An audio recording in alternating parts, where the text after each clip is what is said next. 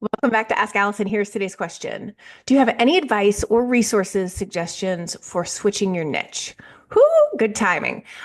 Before I answer this question, I'd like to thank Therapy Notes for sponsoring Ask Allison. I've talked about them for years. You probably know their features by heart too, but what really sets them apart is that they genuinely care about your experience. It's not just about troubleshooting. They implement the user suggested features like therapy search, secure messaging, clinical outcome tracking, their new AI option. They have a lot they've put into place because people have asked for it. Everyone at Therapy Notes believes in the product and they really want you to love it. Plus, they're independently owned, which means no venture capital, no pressure to prioritize their investors over their customers. And this independence allows them to keep their prices fair, to focus on innovation, and to prioritize the customer experience. With over 100,000 therapists already on board, they've proven that you don't have to compromise success for quality. If you're ready to see for yourself, go to therapynotes.com and use coupon code ABUNDANT for 2 free months. All right. So I have lots of advice about changing your niche. I'm actually in the process of doing this right now. Um, so let's talk about it. Number one, before you blow up your website and you rewrite your site today at 2 a.m., like pause and ask, why are you wanting to switch? There is a big difference between this population doesn't feel aligned anymore and I had a slow month and now I'm panicking. One is wisdom and the other is fear dressed as logic. So if you're feeling burned out or disinterested, just get curious. What used to light you up about your work? What doesn't anymore? What kinds of clients do you leave sessions thinking, I could do that all day? That was awesome.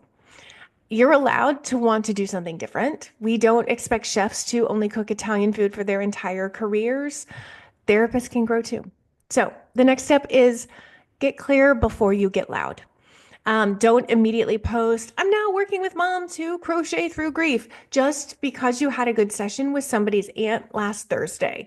Instead, I want you to get really clear, who do you want to work with? What are they struggling with really? And why are you a great fit for helping them?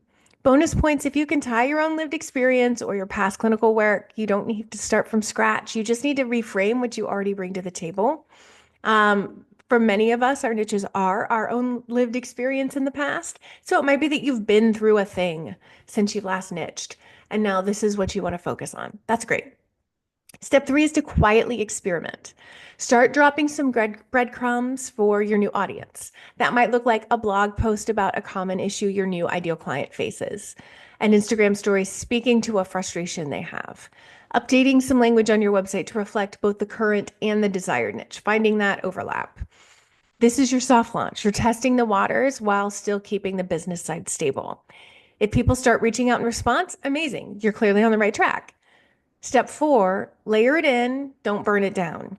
Unless you're in a financial position to blow up your practice and start fresh, and if you are, like, love that for you, then you probably want to add the new niche before you subtract the old one. That means keep accepting clients in your current niche, keep your current clients in the old niche. Begin by saying yes to more of the new population when it comes up. Gradually shift your marketing, your networking, your messaging towards where you want to go. Slow and steady shifts are not only safer financially, especially in this economy, but they also help your nervous system not completely freak out. Step five, update your messaging. Once you're all in, once it's time to go all in, you really need to go all in. Half in marketing confuses people. There might be some confusion while you're in that transition period. That's okay. It's brief. Don't keep one foot in the old niche with vague messaging like, I work with teens and also high powered CEOs and also couples. You're not a Cheesecake Factory menu. Be specific. Speak directly to your new ideal client. Make it obvious who you work with and what kind of support they can expect. Your website, your directory listings, your elevator pitch at networking events, all of this should align.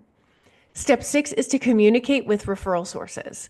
People will not refer to you if they don't know what you're doing now. So tell them.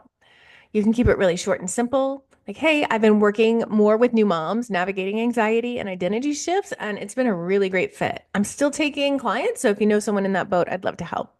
You're not burning bridges. You're just kind of like rerouting traffic to better fit what you're offering now. Now, there are some potential issues we're going to talk about because we're grown-ups and we name the hard stuff. Um, a temporary dip in referrals or inquiries may happen. That's normal. You are building momentum. Stay the course. Next is imposter syndrome, especially if you're newer to the niche. You are not a baby therapist. You are a seasoned clinician bringing your wisdom into a new focus. And then the third is guilt about letting go of a population that you used to serve. Maybe a population that's underserved that you are letting go of. That's hard. That's human. But if you keep serving everyone out of guilt, you're going to be miserable and you're going to burn out in no time. This is a transition. Transitions feel weird. It doesn't mean it's the wrong move. So if your niche doesn't fit anymore, you're allowed to change it. Not just allowed, but like, you probably should. You're the one doing the work. You should like the work you're doing. Make this shift with intention, with planning, like literally plan out dates, not panic or reaction. Be really smart about it, be clear, and most of all, trust that your growth is a good thing. The best version of your practice is the one that really fits who you are now, not who you were 5 years ago. You've got this. So today's free worksheet, things to explore before changing your niche. You can DM me the word sheet and I will send it. And you'll also get access to the other free worksheets.